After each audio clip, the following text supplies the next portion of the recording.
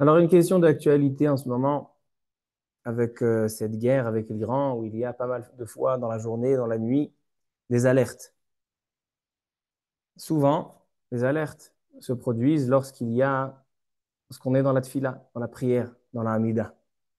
Et la question à savoir, un homme, il est dans la hamida et il y a une alerte. Qu'est-ce qu'il doit faire?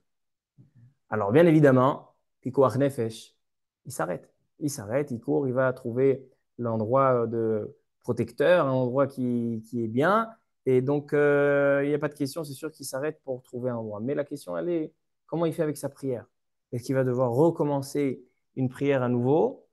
Est-ce qu'il peut continuer la prière là où il s'est arrêté?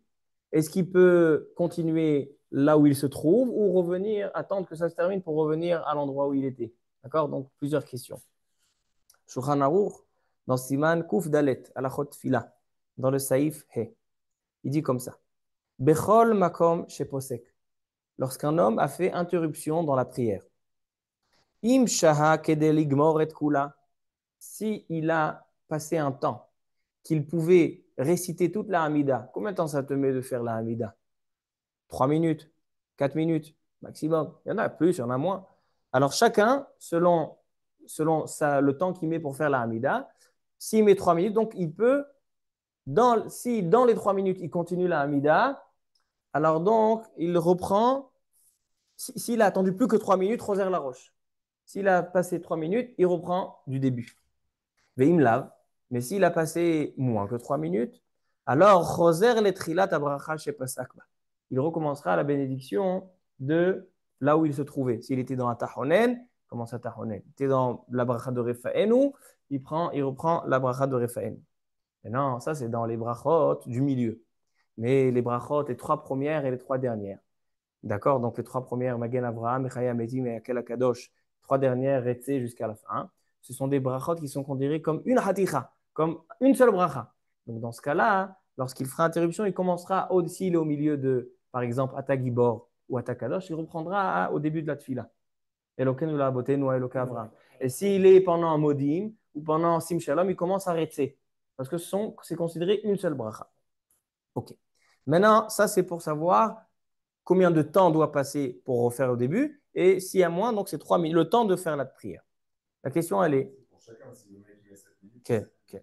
Maintenant, est-ce qu'il peut continuer là où il se trouve, ça ou va il doit pas. revenir, dans le mamad où il doit revenir, il peut continuer dans le mamad.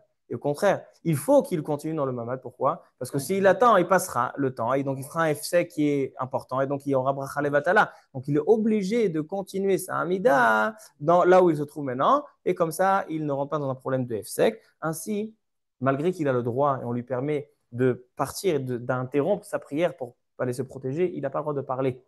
Il n'a pas le droit de parler. Sauf si il doit parler pour faire pikuach nefesh. Par exemple, il voit une vieille dame et il doit essayer de lui expliquer comment venir. C'est sûr, pikuach nefesh. C'est sûr, dochet kol Torah kula. Mais sinon, il n'a pas le droit de parler. Et si jamais il parle, il rentre dans un grand safek. Parce que Mishnah Bora, il dit que lorsqu'il a parlé Bémézid, il y en a qui disent que même s'il a passé moins de temps, mais d'avoir parlé, ça interrompt. Donc, à la khalema, c'est non. Il fera comme on a dit. Mais, donc, comme j'ai dit, si 3 minutes sont passées, on reprend du début. Si 3 minutes ne sont pas passées, il continue là où il se trouve et il pourra continuer la prière dans le mamad. Il doit le faire afin de ne pas passer le temps de 3 minutes. Baruch Adonai Le'olam. Amen.